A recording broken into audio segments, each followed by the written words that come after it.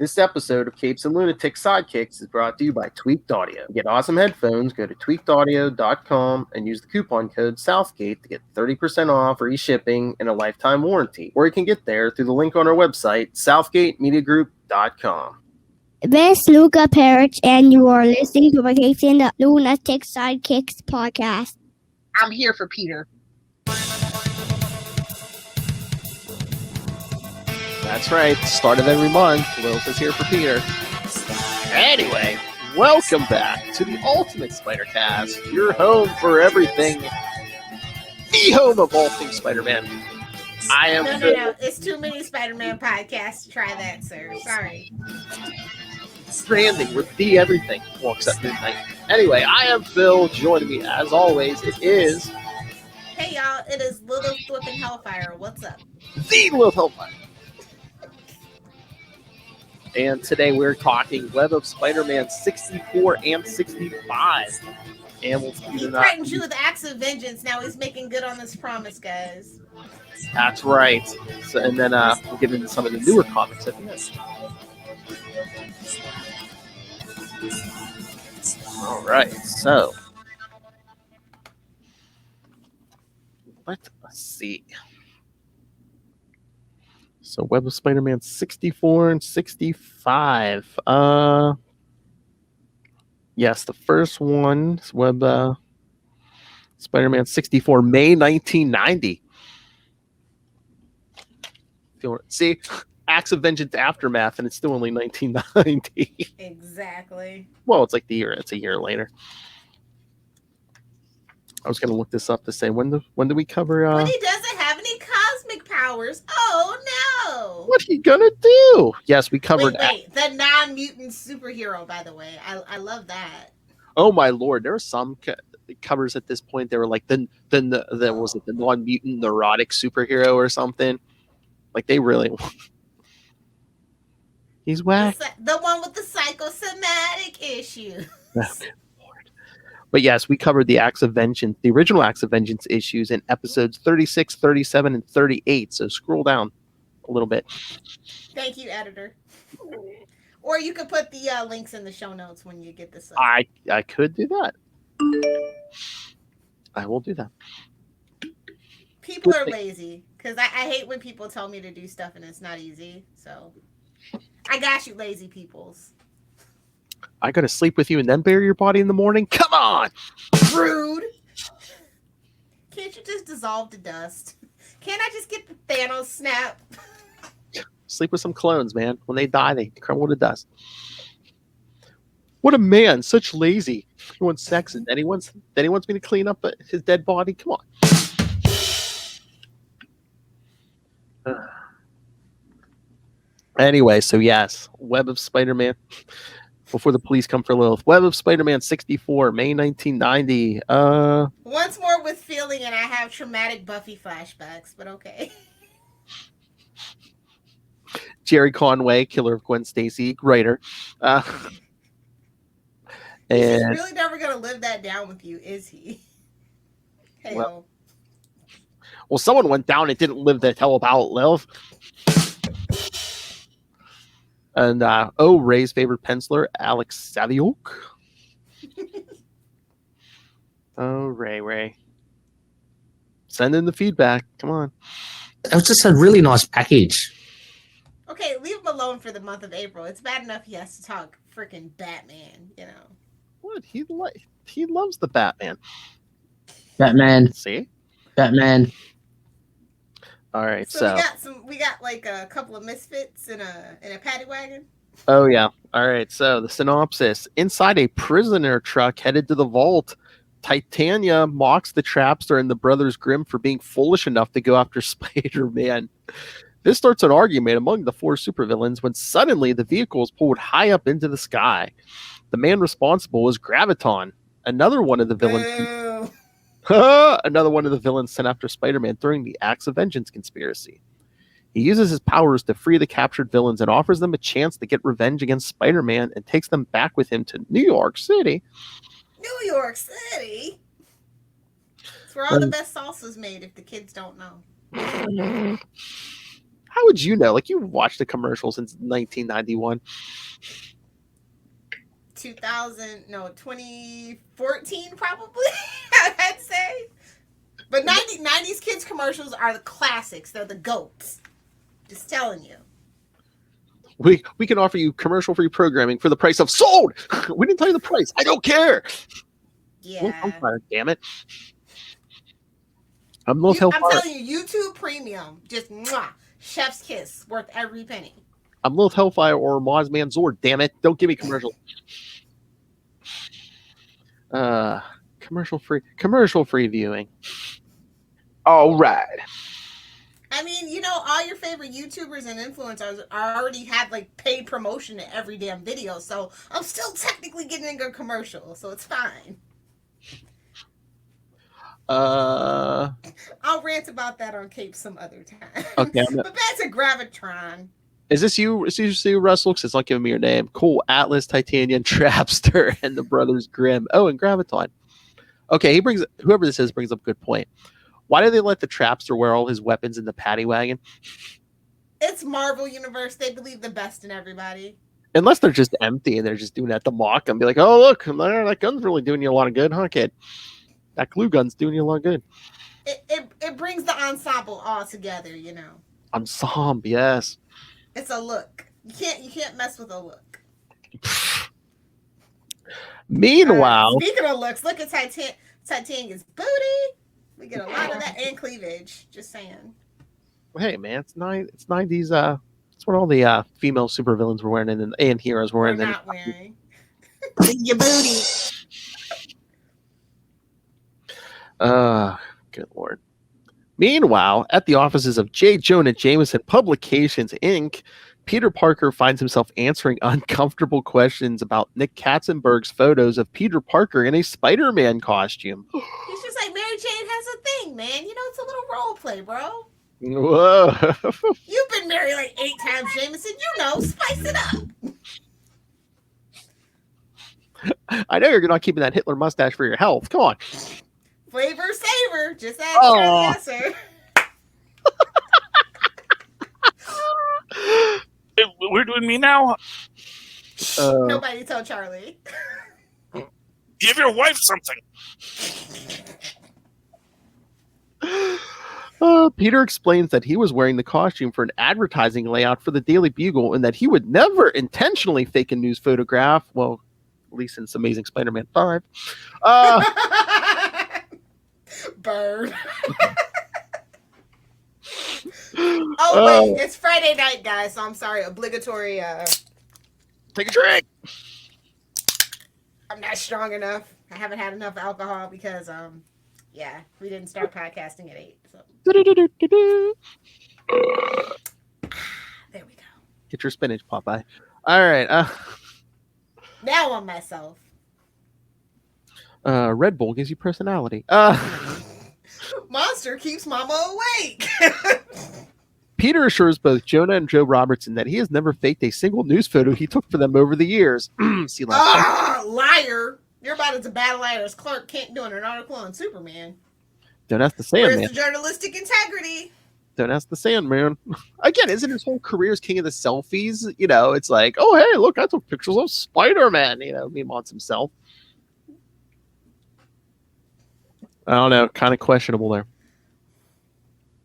Even though Jonah believes Peter, Joe Robertson is not as forgiving, who has a strong sense of journalistic integrity. Well, after somebody has to have it, but didn't we just get done dealing with your bull crap too, though? So you just that's I think the thing that they finally get to. It's like, you know, I think Peter even confronts him. It's like, hey, you know, you're just taking all your guilt about Tombstone out on me. Exactly. Wait a minute. Russell, how is this? Titania's costume was intentionally revealing because she has very small breasts before she was transformed. That is why she was called Skeeter. So she dresses sexily, expressly because she wants to show how she has developed. No, male gaze BS. But thank you for the fan wink. Thank you. Okay, hold on a second. I have to look. Yeah, okay, that I knew that comment had to be him. I had to look on the phone to see who it is. That's Charlie Esser. Oh no, he heard us. The jig's up. Let's go. Jonah should really steal it. Yes. King of the selfies. She-Hulk being a good lawyer. We need more of that. Surprisingly, Joe tells Peter that his photos are no longer welcome at the company and storms out.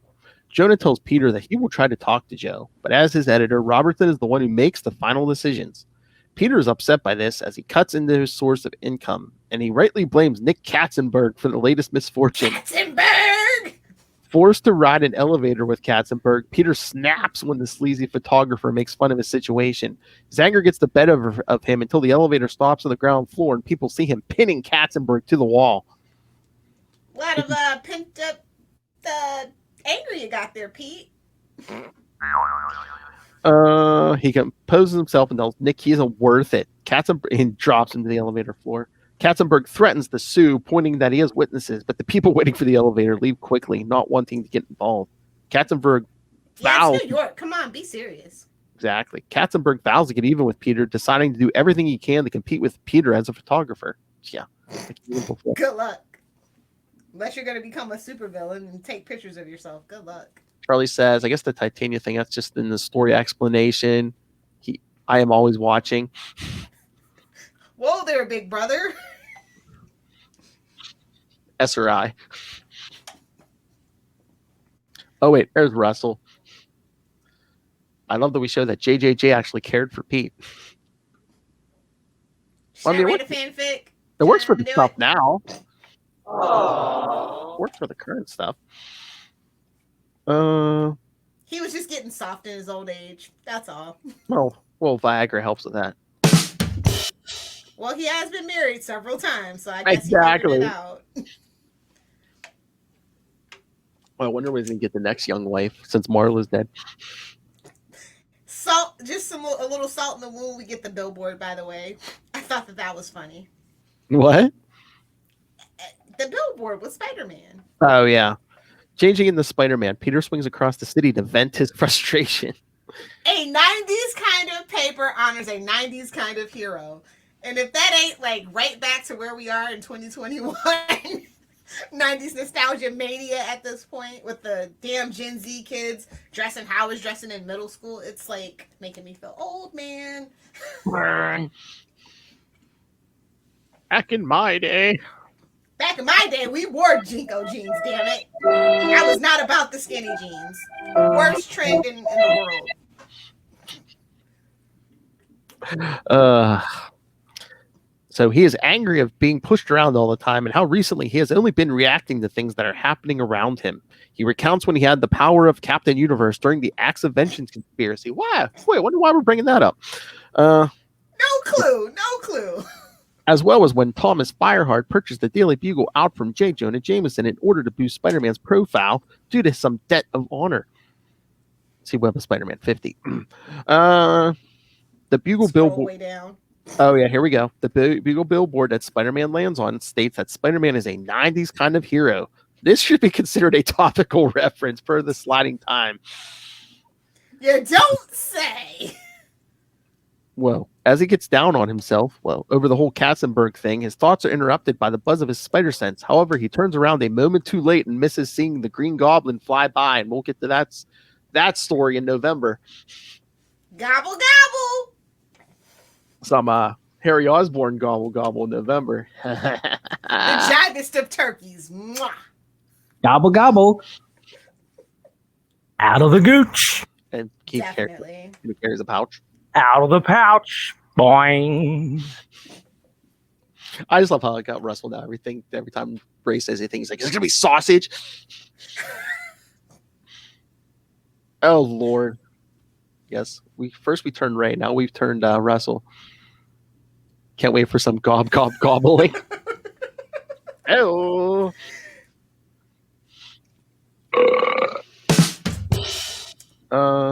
Meanwhile, Rob fires us. no one tell El Presidente. The Five Stooges. Back to the Five Stooges. Oh yes, the Five Stooges. Now I was just looking for our. Yeah, there's Nobody tell Rob. Meanwhile, Graviton has brought his would-be allies to a tanker ship near the Statue of Liberty. Okay, thought this wasn't weird enough before. Inside, they discovered that someone has constructed a massive theater inside the ship. That man is none other than the Chameleon, who represents part of the New York. Boo! Go home, Chameleon. You're not drunk. I think this is bad. I mean, at this point in time, he was working with Hammerhead. Exactly. Oh, I know. I'm very familiar with this era's freaking Chameleon. Hammerhead. Ruined the Chameleon as far as I'm concerned. 90s ruined the Chameleon. Hashtag fight me. I know what happened to him because, like, it's not a mask at this point. His face has basically been transformed. I hate it. Altered at will. I hate it. Wait, what's Russell doing? Tell Master Doom I'll see him after class? What? Take that nerd's lunch money. Damn straight. He's only the 5th best Southgate. He'll get over it. He's used to it. Why did your eye drift over to my box? It's the Chameleon for me, bro. Like, this just ruins the story. That's big. That's like, a no. You got Graviton already. Why the hell do you need the Chameleon stinking up the joint? That's a no for me, dog. Well, he offers pass, bro. He offers the gathered villains the chance to destroy Spider-Man once and for all for $100,000, up to a maximum of $500,000. Is this called the Losers Club or is this called Web of Spider-Man? Just you tell me. Cole, let's make a shady deal. If they bring Spider-Man's mask and severed head. Whoa. Okay, you have my attention. I hear you. I see you. When they start to argue over the brothers Grimm getting paid twice as much as the rest of them, meanwhile there's 2 of them. But anyway, but he reveals that they won't, as they will also be working with Goliath. He opens a trap. Oh, come on! Well, he wasn't. Is scrape the bottom of the barrel. This is like you wish you could be the Sinister Six. He was an act of vengeance, Lilith. Come on. I know, but ew. He opened. Goliath explains that after he was blasted by Spider-Man's temporary cosmic powers, he has been stuck at the height of 60 feet. And then Black Goliath doesn't complain about it. You didn't need no cosmic upgrade. You know what I'm saying? At that same moment, Friday night. It's a spicy episode. I'm sorry, guys.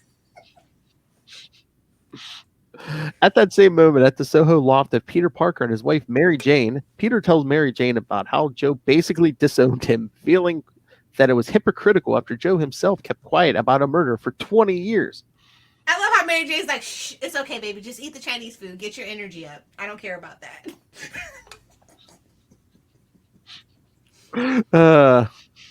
Shut up and look pretty. Shut up and eat your mushu. Their evening is interrupted by a news report about the Daily Bugle rising out of the ground again. Poor Daily Bugle. Can we talk about how... Oh my God. It's always something at the Bugle, bro. I know. Oh my God. Russell doing the Lord's work. Brothers Grimm coming soon on Tomes of Evil. Oh, bless your heart, Russell. Okay. Can I just guess, Russell? You can tell me yes or no. The Brothers Grimm episode, is that going to be Ray? Because their first appearance was in Spider-Woman. So is that either Ray or Saren? It has to be, doesn't it? He's like, shh, special secret guest. I will neither confirm or deny the identity of my mystery guest. Couple of balls down the sausage. I won't reveal his identity, but he's a really a big unit. You know what goes perfect with Brothers Grimm though? It's tank tops and wine. So if it is Ray, let him know that. Mandatory dress code. And if you have video of that, Lilith would like to purchase that. Yeah, I'm really into NFTs now, so you know. It's not good for the environment, Lilith. Changing into Spider-Man, Peter swings to the Daily Bugle building. There he is ambushed by the Trapster, just narrowly avoiding a stream of paste. Yeah, be embarrassed. You just got gooed by the Trapster, bro. Come on. We didn't whip our way downtown for this. That's all I'm saying. Well, downtown New York, you never know. He is then attacked from behind by the brothers Grimm, just barely avoiding Tag them. team back again. It's a 90s book. I can't help it. Just barely avoiding their explosive weapons. This leaves him open to Titania, who strikes Spider-Man so hard he goes crashing to the ground. I mean, it's not quite a right hook that Sal Buscema would be proud of, but I'll allow it.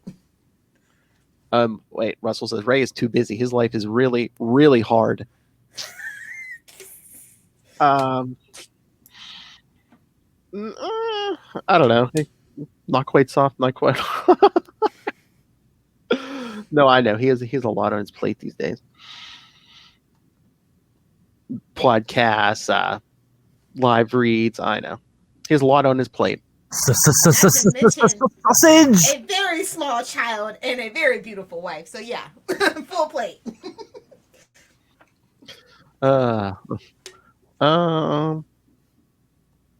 Trying to climb up a wall, Spider-Man has his weight increased by graviton, causing him to fall onto some freshly laid cement. Boo! Go home, Graviton. No one cares. Go Not menace, even Agents of S.H.I.E.L.D. cared. Go away. go menace some West Coast Avengers. Come on. Enough said, West Coast Avengers. No offense. We love them, but not cream of the crop. Well, I mean, you're after the regular Avengers, too. With his mass increasing, the web slinger struggles to keep his face out of the wet concrete. That's when Goliath comes in and stomps on Spider-Man. Jeez. Hit him in the face with this. Oh! Oh, that concrete's the worst. Hit him right in the face with that flick. You hit him right in the face with that sack. Tapping my way downtown. The combined weight He is covered in goo, bro. Goo and cement. This is not looking good for him. Seaman! The combined weight causes the street to break, sending them into the sewers. Spider-Man survives this attempt on his life, and while the villains are gloating, the hero emerges from a nearby manhole. He snares Goliath's foot with a web line. Is it that strong? It's always as strong as they need it to be. I mean, Good old power creep. Gotta love it. It slows the Hulk down for a little bit. It's I mean, but he's not 60 foot tall either. I know. All that entails. But yes, he snags his foot with a web line and causes him to topple. That was not like looking out for the safety of the civilians, but okay. Well, maybe I think they all ran away. They're not smart enough to get out of the way of a 60-foot giant. I don't know what to tell you. The Trapster and Brothers Grimm chase after the hero. However, he manages to get his foes into a crossfire and leaps out of the way, causing them to get incapacitated by their own weapons. This leaves Spider-Man open to attack from Graviton, who uses his powers to completely negate Spider-Man's own gravity, sending him flying into the sky, where he will undoubtedly suffocate in the upper atmosphere. He's going to the upper room. I just love it. So it ends. The final act of vengeance. To be continued, question mark. Far as I know, Web of Spider-Man's still going strong for this point. So I think he wins. Just saying. Exactly. Just saying. Look at this. Lilith, got another crossover coming. Exclusive. November will be all non-Hobgoblins month on Tomes. Nice. That's all kids. Oh, yes. Listen to Capes and Lunatics Sidekicks and Tomes of Evil in November. Oh, we're going to get double your gobble for your buck. Oh, Now that's a deal. Gobble, gobble. Gobble, gobble. Oh my God, Russell, I got to send you that drop so you can play that on your show too. Gobble, gobble. The worst. Phil, we're the worst. We're a bad influence. You can stuck in Southern Hemisphere. No, Ray's great. And that November crossover will brought to you by Kangaroo Burgers. I mean, not as good as Emu Burgers, but kind of good. Do you want a meal that'll put some bounce in your step? Get out. Kangaroo Show Burgers. yourself out. Stuck at Kona. Now this cover's interesting. The next issue. Oh yeah, because We get Spider-Man, these group of villains, and the Kingpin. What? I know, it's just like, okay, one of these things is not like the other. Kingpin's semi-competent, so what's he doing here? And I mean, what's up? Everyone's name has to be on the cover. Everyone. It's the 90s. You got to get something for everybody. Pick up the issue. I know, but the Brothers Grimm deserve another name on the cover. Seriously. I mean, there's like, you know what? Brothers Grimm fans, all 10 of them deserve their time to shine, okay? I mean, they showed up a little bit in the original Spider-Woman. Then they made like 1 or 2 appearances, I think, in Iron Man. And then it's...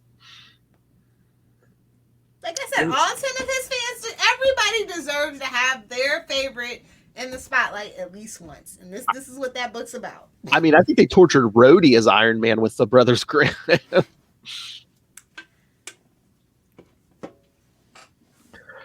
All right, so Web 65, June 1990, same creative team. The Last Act of Vengeance. Yeah, of course. Yeah, sure, Jan. Oh, just wait. After our little escapade of the Clone Saga, I wouldn't for Miles Morales. I wouldn't be surprised to get an Act of Vengeance for him too. Just saying, we're just recycling at this point.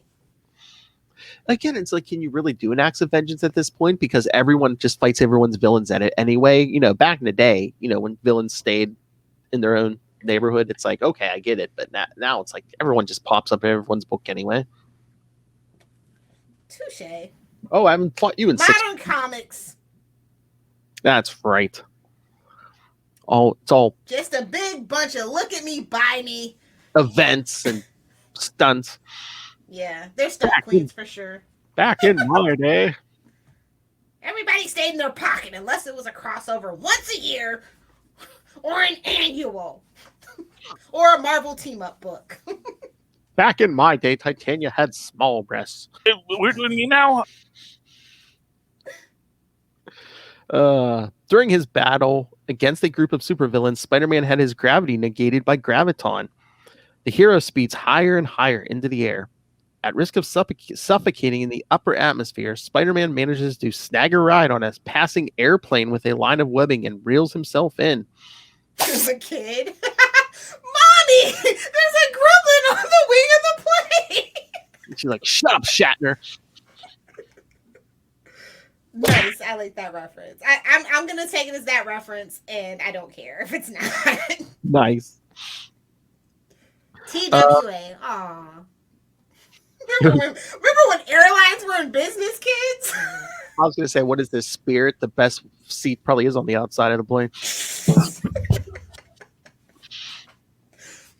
Unless they want to advertise, then they are the best. They're the best company in the world. The best bus, Airbus, literally. Smells like urine. Got to stand up, hold it. We kid. We welcome corporate overlords. Oh, my dad used to be a bus driver. The stories I've heard. Oh, in Pittsburgh? Oh, that poor thing. He's seen it all. People changing clothes in the back of the bus. I mean, thieves trying to use the bus as a getaway. From the cops are literally chasing them on the sidewalk. They try to hop on the city bus. Oh my God, you should just do like a one-off with your dad and be like, tales from a Pittsburgh bus driver. Oh my God, there was a couple weeks, like, what was I, like in middle school maybe, they went on strike. Car thefts at the local mall went down like 60-70% because, you know, the thieves rode the bus up to the mall and stole a car and drove it. Wow! That's crazy. I'm telling you should. For like a one-off episode, you should do that. I should. So where are we? Gremlins.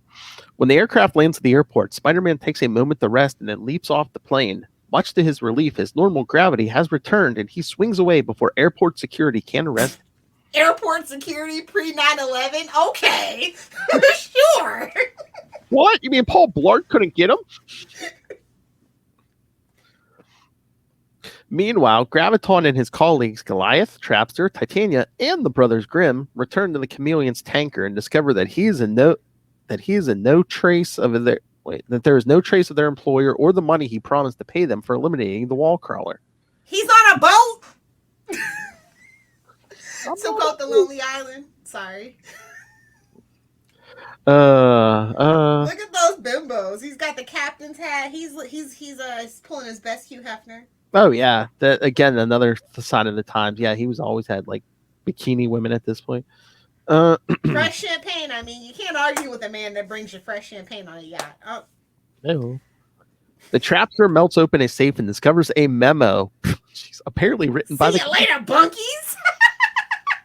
apparently written by the Kingpin that implicates the Kingpin was also in on this job.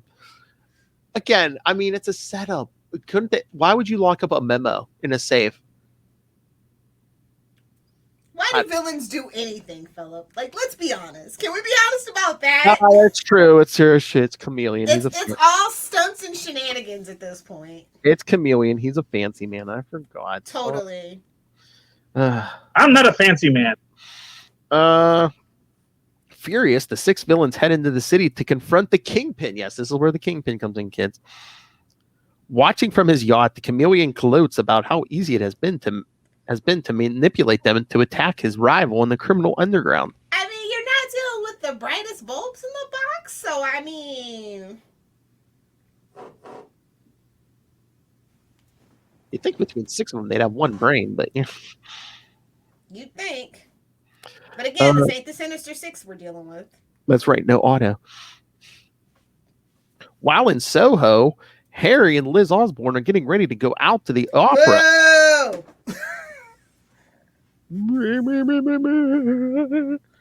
Osborns are the worst. Married or otherwise, Osborns are the worst. Leaving their son Normie in the care of Mary Jane. Mary Jane thinks about how she and Peter are not ready to have a child of their own, and the idea scares her. Well, not now, but now we need... Superman has 2 kids on TV, so what you gonna do, Marvel? What you gonna do? You gonna give us the marriage back or not? Give us a marriage and give us a spider baby. I mean, I'd love to see Mayday in modern continuity. I'm just gonna throw it out there. Yes, do it.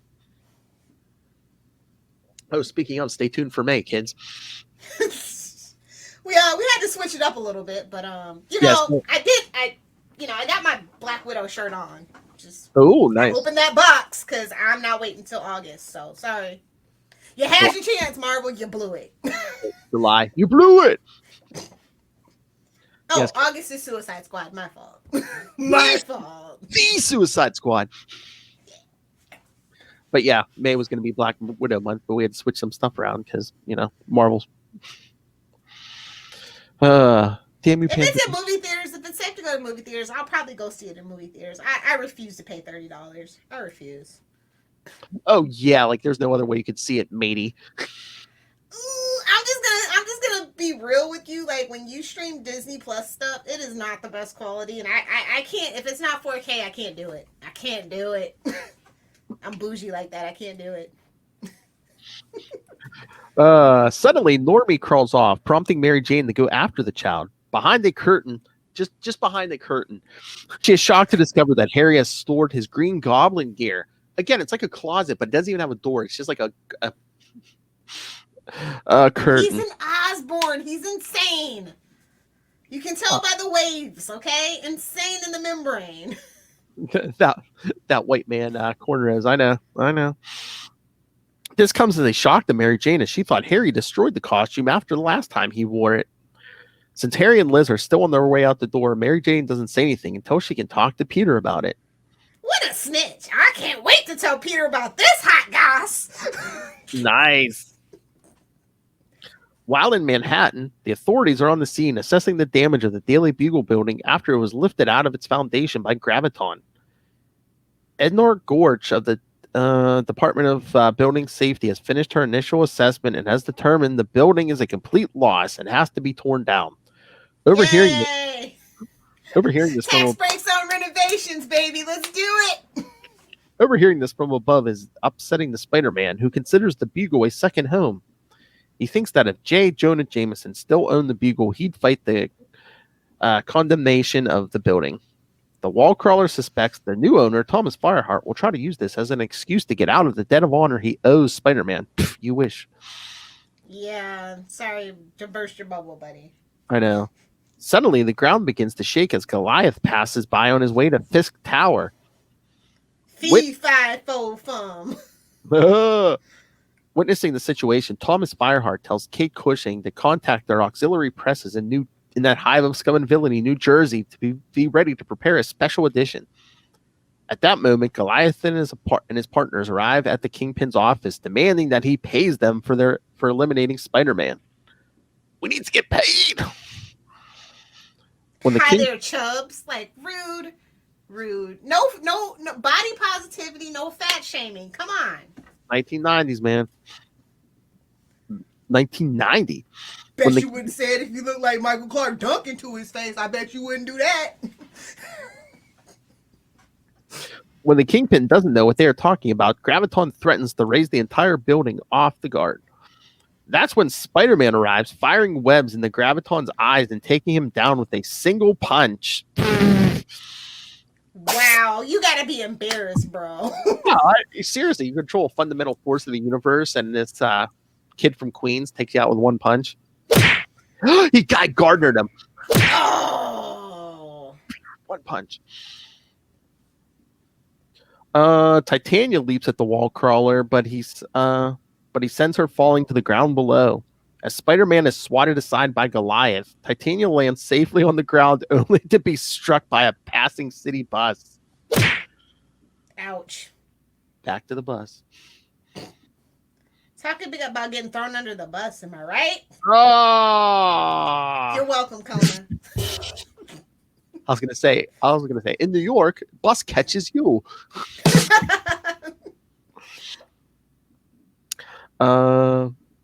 As Spider-Man recovers from the blow from Goliath, the Trapster tries to cover him in paste. Shut up, Will. The wall crawler dodges the paste and it strikes Goliath's oncoming fist. Subtext. Lilith is like, been there. As Spider-Man pulls the Trapster to safety, Goliath strikes the side of the building, making his massive hand stick to it. As Spider-Man webs the Trapster to a lamppost, he is ambushed by the brothers Grimm. However, he manages to slip away under the cover of smoke. They did Goliath dirty. They got him booty side up in the ground. Like, what? No respect. Goliath gets no respect. In your booty. But yes, he slips away from the smoke from the Brothers Grimm explosives. Spider-Man leaps around and ambushes them from behind. By this time, Goliath has pulled his hand free from the paste. However, when he tries to turn around and rejoin the fight, he discovers that Spider-Man has tied his legs together, causing him to take a hard fall. Face down, up. Hey, hope you had a great summer. See you next See fall. you next fall. He literally tied his shoelaces together. You know, like it's come on, it's the 90s, bro. Like what are we doing? He one punches Graviton and then he ties Goliath's shoelaces together. Somebody was having fun with this issue, and I'm not mad about it. Conway was on something. Aren't they always? So yeah, Goliath hits the ground. Spider-Man lands on the villain. He sees a kid near the scene and tosses his camera and tells the boy to take his picture. Hey, champ, you just won the Super Bowl. What are you going to do? I'm going to Disney World. His first legitimate picture. Well, except for those ones Felicia took. It's like... I just love he's like flexing on top of Goliath. Yeah. In the aftermath of the battle, the Chameleon looks through the first issue of the new Jameson News Digest, which features a cover photo of Spider-Man and one of Jameson's usual negative headlines. He gloats over his plans as it succeeded as he intended, sending a number of supervillains to attack the Kingpin's tower, only to be saved by Spider-Man, further undermining his position in the New York City underworld. Like, you don't belong here. Go back to your motherland, homie. Like, you're just not made out for American antics. Like, I'm sorry, he's not. I know. We're a whole different breed, especially in the 90s. A whole different breed. But, yeah, in the notes, of course, yeah, there's like, yeah, the plane's TWA should be a sliding time reference, as TWA went out of business in 2001. Yep. 9/11. And Harry resumed the guise of the Green Goblin, Amazing Spider-Man 312, to protect his family from the Hobgoblin, which we covered. Much to everybody's shock, dismay, and ew, why'd you do that? We covered that in Inferno, yes. Yeah. And JJ lost ownership of the Bugle from Fireheart in Spectacular Spider-Man 156. And like I said, Puma believes he owes a debt of honor to Spider-Man from Web of Spider-Man 50. Scroll down or links in the description. Well, we didn't do 50 or 150. So yeah, I'll put the Acts of Vengeance link up and maybe that Harry Osborn one. Yes, I agree, Russell. Yes, it's very weird that Chameleon is technically Spider-Man's first real villain. Yeah. It's just not. He was a commie spy. Like, they forced him into the underworld. You know what I mean? Like, I just don't. Like I said, like Americans, we just built different. Our crime is just different. We don't have time for that old school garbage that he was talking about. That's why he never succeeded. I mean, they were trying to modernize him because he shows up in '63. He's like a Just give him a Captain America. No one cares. Get that out of my Spidey book, bro. I mean, these days you could do that, but back then they're like, oh, they fought this so and so first. That's their villain. Ugh. Yeah, I know. So, do I dare ask you what grade you gave these little Hellfire? If I average them together, they come out to about a B-. I really love the action. I love the art for sure. It was just like, did we really need all these freaking losers? This is like scraping the bottom of the barrel. I get what they were going for, but at the end of the day, they are bottom of the barrel villains. I'd rather see the Shocker. I'd rather see Sandman. Ooh. Hydro Man, even. Well, it was the villains from Acts of Vengeance, except, the A-listers. And I didn't like Acts of Vengeance. I'm just saying, like. But again, it was Acts of Vengeance, but the A-listers he fought didn't show up, like Magneto, the Hulk. Thank you. Couldn't. So they scraped the bottom of the barrel. So it's like, why even do it then? Even Dragon Man said no thanks. Ouch. That's a major burn. Oh wait, because he has flame breath. When you just too punny for your own good. Burn. What about you? What would you give this? Again, it was like nostalgia always comes into it, but yeah, probably in that B range. Do I want to give it a B-? Again, I was reading all these at the time, so all the references I get and everything. So I'll probably give it a B. Just to be real, Web of Spider-Man was never my favorite Spider-Man book. It was just like, it's kind of like auxiliary, unnecessary, And this is kind of like definitely auxiliary backup title. It's like, oh well, I guess I have the extra book. Well, it kind of took the place of Marvel Team Up after that. Yeah. But like to a lesser degree, because at least Marvel Team Up, I don't think there's one that I was just like on like that down on. Like, ooh, why does this exist? Yeah. This is one of those. Did we really need to do that? Because it was like you had Amazing and Spectacular, and then you had the Team Up book, but then that went away, and they kind of went with like a third solo Spider-Man book. It's like, okay, yeah, that's auxiliary, like I'm saying. And there's a lot of stories like this one where it's just like, wait, why? Although, at this point, it was kind of almost like, Conway was writing Spectacular and Web, so at certain points, it was almost like you were getting 2 Conway Spider-Man books a month. Yeah. Because for a while, he was having fun with it. It's obvious, but like I said, some of these stories were superfluous, unnecessary, and that was kind of my. Whereas Marvel Team Up, I feel like I never really felt like it was superfluous. Like, I really want to see who he teams up with next. Exactly. See what shenanigans he gets into. All right. Who we hype beasting up this week? All right, you want to talk to the new issues? Yeah, let's do it. Where do you want to? What issue do you want to start with? Well, why don't we start with last week's, because I just got it this week. Because damn you, UPS. King in Black, Amazing Spider-Man. Well, you're why you're probably having issues with UPS is what I'm just realizing is that Diamond did close right at the beginning of the year. Well, they were having trouble since November, but yeah, they closed like a major warehouse, so it all shipped back to another central warehouse. So that's probably why we've been experiencing UPS issues. literally lost a box. So what? The store's box, yeah.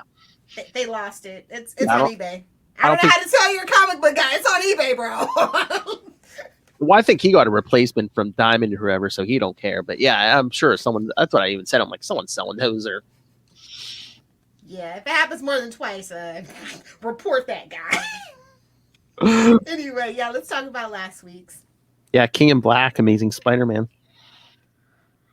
Look, King in Black is good. I'm not going to argue. All the books, like even if it's superfluous, unnecessary, they're still good, and one-offs are good one-offs.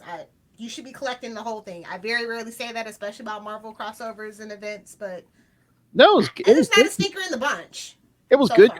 It was good because I didn't even mind it being like a big ad for, hey, Reptile #1 is coming in May. Which I have no interest in, but I will probably still pick up. Yeah, I don't know if I'll pick it up. But like I said, it wasn't bad here. And yeah, they saved that old woman and then they saved the Staten Island ferry.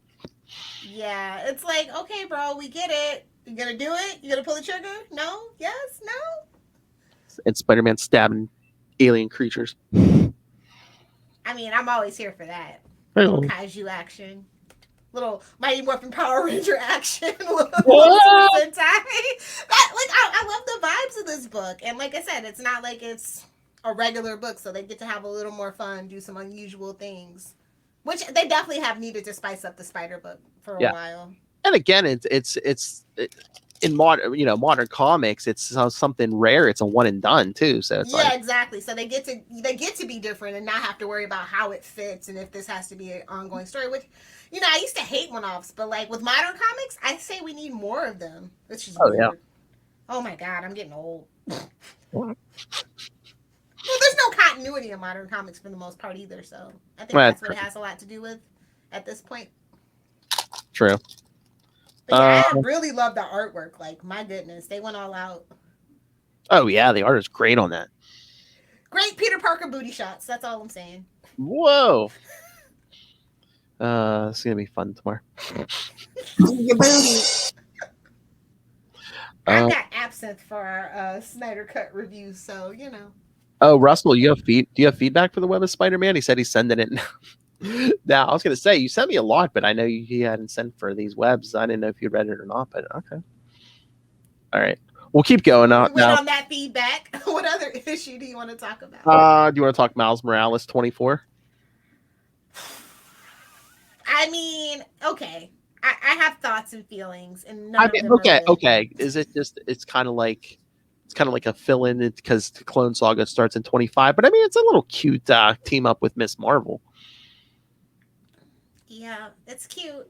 Well, I knew I should have talked to Charlie. No, I mean, it's cute, but, like, that's not what, okay. Like, Miles Morales hasn't been cute for a while, since, like, the whole next baby story arc. Like, so I just feel like it's kind of, like, veered off to the left. Like, oh, well, while we tread water, let's do this story. Like, they've been getting kind of, like, serious and more grim, and I think that was kind of, like, necessary for him. Yeah, I mean...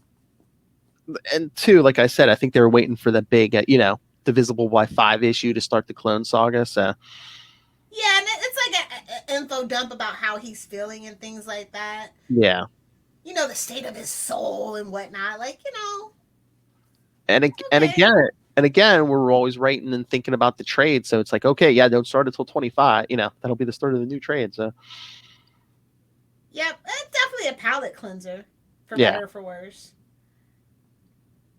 Definitely. But I do think it's heartwarming and dare I even say necessary. We just do need to take a pause. A lot did happen, so I get what they're doing. And I love the artwork. And I always love to see, black and brown kids teaming up. We need more of that in Marvel, Mm-hmm. So we can't nothing really bad to say. Just it felt a little bland because it was so kind of schmaltzy, you know. And the last page gears us up for the Clone Saga. Gears you up for the Clone Saga. I wonder if someone's going to jump on it because Charlie even asked me this week. He's like, did the Clone Saga start? I'm like, no, next issue. Who is excited for the Clone Saga? I told you who asked me. We're doing me now. Like even like my hateful, like angry 40 plus nerdy white guys on freaking YouTube that I watch are all upset about this one. They're all upset. So I'm just saying, Charlie's the first person that I see that's excited about it. I resemble that remark. Come on. You're not angry though. I mean, these guys are like real angry. Like used to be on Parlor angry. Okay. I'm petty, not angry. Okay. Exactly. You're the king of petty. But yeah, Charlie might be excited for Clone Saga, the new one. I'm that kind of freak. Yes, he is. I'm curious. I'm morbidly curious. That's all that I'll say about it. And I'm gonna buy them and read them, obviously, because I have to. I can write it off on my taxes. So. Oh, Russell wants to do an episode. Yes. I'll do it. Noel is great. I don't know if I'm. I think Daredevil's been my favorite one, though. I'm not gonna lie. Really? Yeah. I mean, the Spider-Man was good, but yeah. I mean, Daredevil in his own book was. Because it's like Matt and Noel, they're kind of a match made in heaven. I'm not even gonna, or hell, however you want to look at that. The devil. But yeah, like I said, King of Black has been great. It's utterly shocking to me, so I can't recommend it enough. Like I said, even the one shots, like they don't matter, but it's good to have in your collection. Oh yeah. All right. Amazing 62. Wag the Gog. Yeah. I mean, Patrick Gleason is killing it on the art on the artistic side. I love the art. The new costume is still throwing me off. Yeah. It's giving me bootleg Power Ranger. Two Tron robotic It's look. giving me like the Tick, like 90s Tick on top of that, mixed with a little bit of Spawn. Like I don't know what they're going for. It's throwing me all the way off. I think they're trying to do somewhere different, but didn't we do this around what is that, Big Time? That suit? Yeah. The color changing thing or whatever. Yeah. They're still finding their footing with this. And I just don't feel like it's going to last. Like, obviously, it's not going to last. Nobody wants this suit to be like it's not going to, they're always going to bring back the classic suit no matter what. Yeah. Oh, yeah, definitely. So it's just like, why are we doing this? Oh, for comic book sales, because, new costume.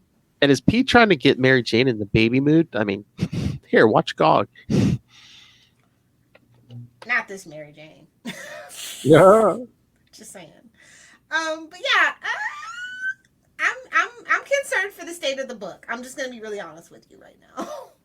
I mean, like, it's very try hard that it's very obvious that they're definitely trying to deviate from the normal demographic of the book. They're definitely trying to reel in new fans, and I feel like that's alienating a lot of people at this point.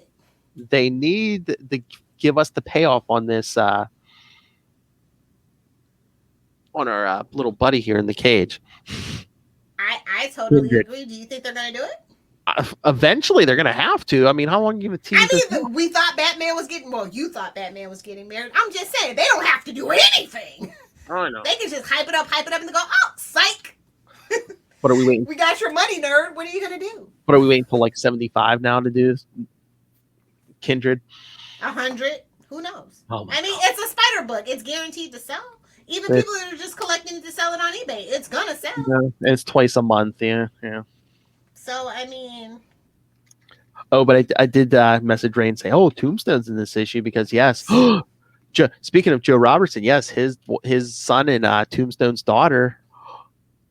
Ooh, I'm telling. Who gonna tell him? Well, Tombstone found that. Oh, Robbie, I think, found that too at the end. Yeah. Oh, star-crossed lovers of color. Not gonna be good. It's not gonna end up good, guys. Spoiler alert. Spoiler alert. Not to be cynical or anything, but me smells a death. Me smells a woman in a refrigerator. Or a Randy Robertson death. Oh. Yeah, just spoiler alert. No offense. It just when Joe was like giving his son the talk, he's like, "Oh yeah, you always go for like the wild ones." I was waiting for him. Like, remember when you dated that white girl in the 90s? Nice. But yeah, no, like they're pushing my patience. That's all I'm saying. Yes. Yeah, they need to get off the pot already. I mean, obviously they're going for something big with 75. That's just how it is now. That'll be the return for of the the trades, bro. That'll be the return of the costume, 75. Mark my words. It'll be like 20 variant covers of that red suit. Yep. They'll probably get Bagley to do a cover. No, you know what they do? They do like 50 different variants. Like each Don't one. give them ideas, Philip. They already have these ideas. No, they're gonna do 50 variants. Each one's gonna have every costume he's ever worn, and they're gonna be like, which one is you're gonna wear next? You know. Just bring back the black suit. I don't care. Oh, I love the black suit. Me too.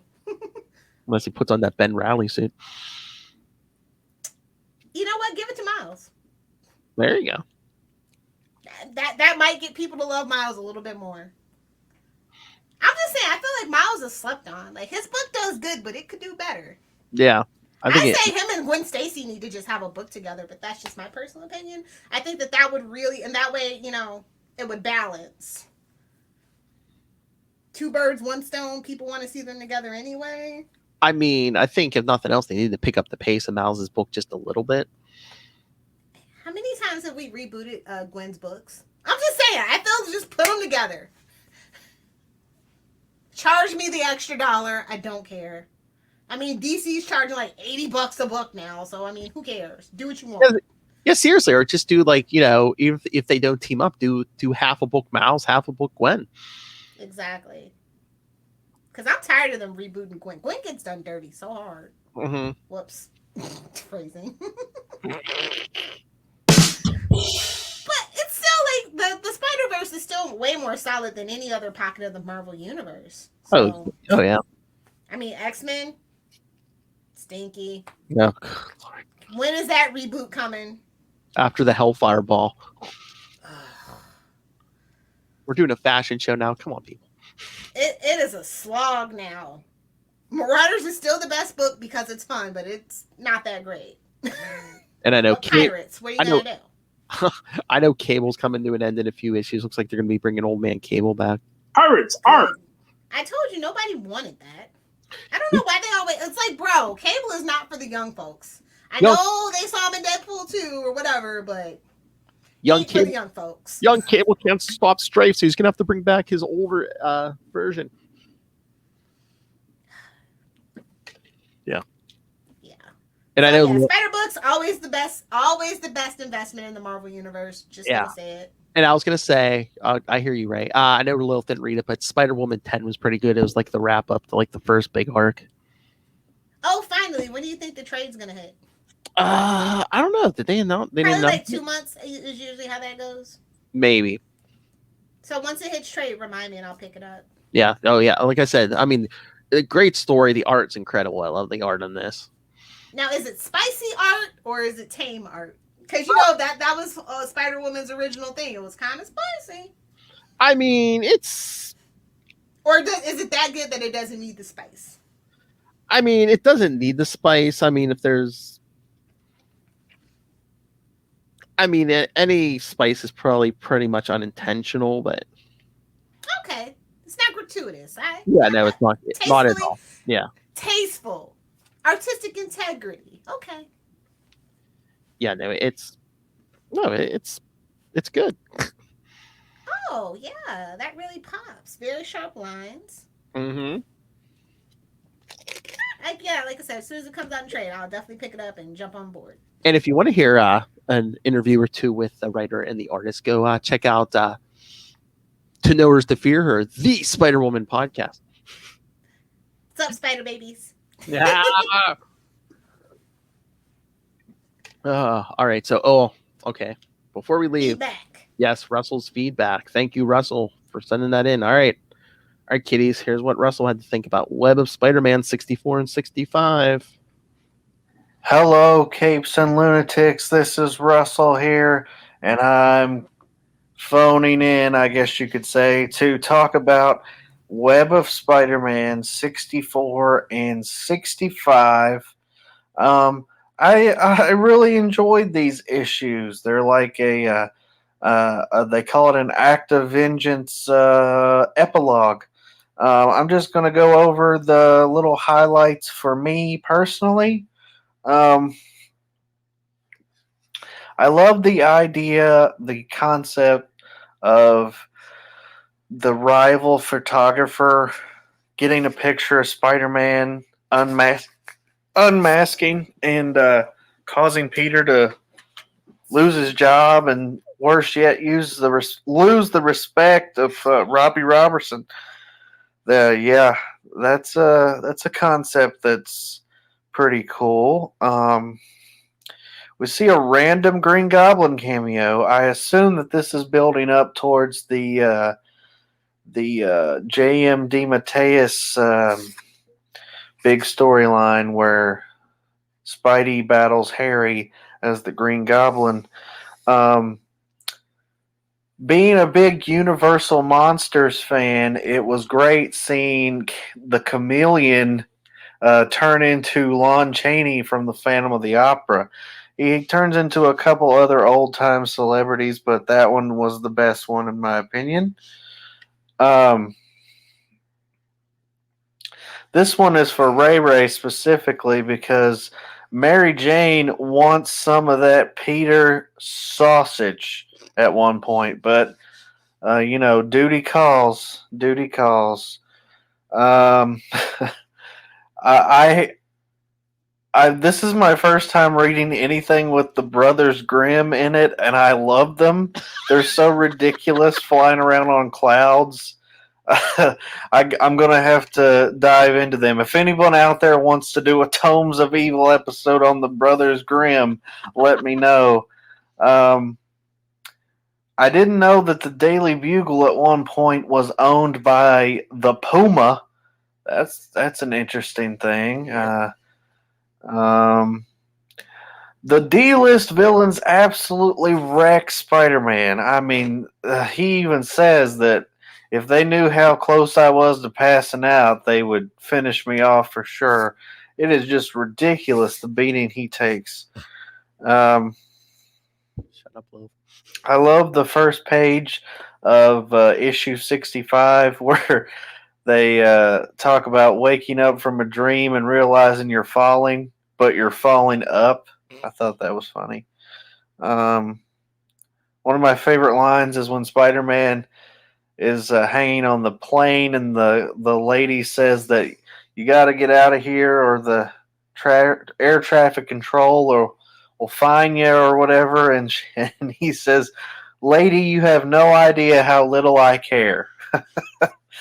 We got Chameleon trying to take out the Kingpin. Straight Lilith energy. A great reveal of Normie Osborn of finding his dad's Green Goblin gear and Mary Jane freaking the F out. Gobble, gobble. And to top it all off, Titania gets hit by a bus thanks to Spider-Man. Wow, I wasn't expecting that. Damn girl. Overall, I think I'd give this issue or these issues a B+.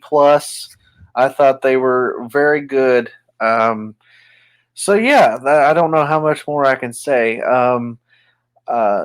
Thank you, Phil and Lilith, for always wanting to hear my feedback and for promoting my show and for just being a great podcast in general. And I really appreciate it. And I hope you're enjoying my show, especially my new show, The Hobgoblin Historia. Wink, wink.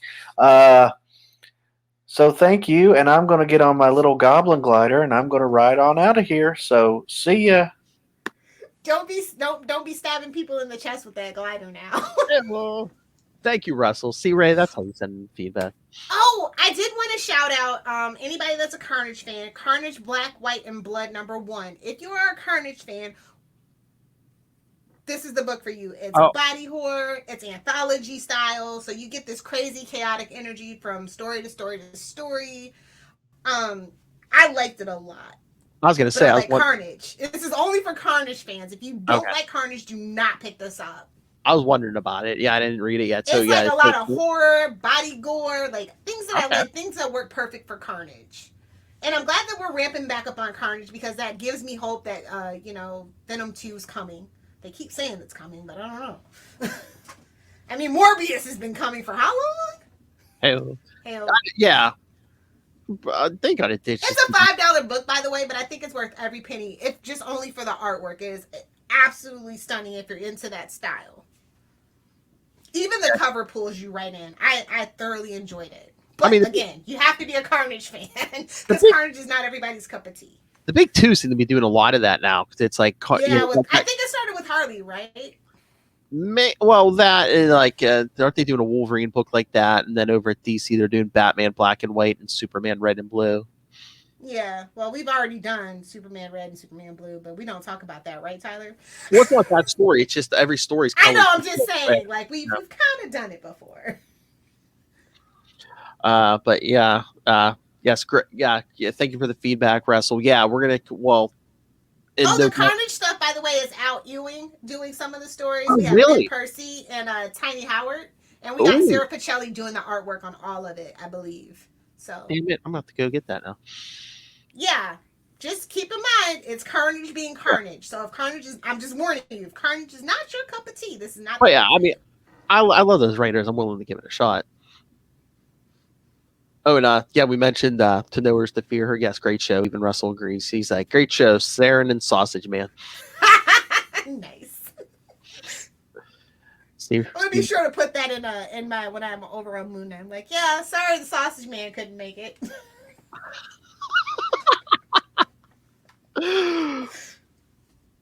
Oh, he has to put our intro in for that episode. All right, so should we get out of here? Let's do it. I say we're over an hour. All right, kids. So yes, let me pull up the schedule, but I'm pretty sure I remember. I'm just trying to keep up with super connectivity, Philip. Oh, think you're gonna go as long as Charlie Usher? No, never. She likes long episodes, kids. Remember, Lilith likes it long.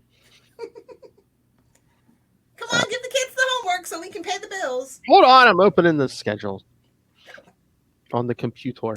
Yeah, so yes, of course, I remember the next two episodes are going to be your parts 2 and 3 of Ternity Century. Yes. Part 1 will be Comic Capers episode 105, so keep an eye out for that. And yes, like I said, next week, part 2 from Marvel Team Up 120, and then part 3 from Superior Spider-Man number 9. Sausage Fest. And then that the week after that brings us back to Scarlet Spider. Yes, so sausage fest. It's fine having a sausage fest. Then, like I said, since we did change the schedule here, I'll leave that schedule up. Yeah, we had to change May. So once we get the May, first week will be What If 105 and Spider-Girl number 1. Week 2 will be Spider-Girl 2 and 3, and week 3 will be Spider-Girl 4 and 5. So, yes, send your thoughts. Should I wear the Gwen Stacy the Spider-Ghost costume? Should I do it? Every episode, do it. I'll let you decide. You put that up in the in our Facebook fan page. I'll let them decide. Do you have a picture of it? Or should I just? Oh no, I'll just put. It's like, wouldn't they love to see that? So yes, join us for Mayday May. Woohoo! Woohoo! So what? You just went on that? You just want me to put up on social media? Should Lilith wear her Gwen? Ghost Spider cosplay. Okay. For a Girl Power May. Okay. All right, kids. So yes. So send us your thoughts. Be like Russell, not like Ray. Send us your thoughts. Email us, capesandlunatics@gmail.com, or call the voicemail 614-382-2737. That's 614-38-CAPES. And remember, you can follow Ultimate Spider-Cast on Facebook, on Twitter. Find links to all of our various shows, all the social medias, links to this YouTube channel. So if Lilith does do the cosplay, you can see it. Links to the Patreon. Links to the merch. It's nobody's business what you're drinking in your Zoom meeting. Stay That- hydrated. That's right, kids. So links to everything all in one place. That's Linktree, linktr.ee/capes and lunatics. And remember, support our sponsors, Tweaked Audio. Get yourself some headphones. Here, Get your here, spider sense tingling through your ears. here's 6 D-list villains sneaking up on you with Tweaked Audio. But you can also be like It's Spider-Man ting, and hunt ting, killers. ting, ting, ting. Yes, be like Spider-Man. We'll do it better and hunt a killer. Yeah, Michelle Gray definitely needs your help if you're looking for an escape room in a box. It's a fun date night. I do have to say so. So get it. And when you do, either here or on Tweaked Audio, we do have a code that you can use. Yes, use the Southgate? Southgate. But if you're not into that, what else you got?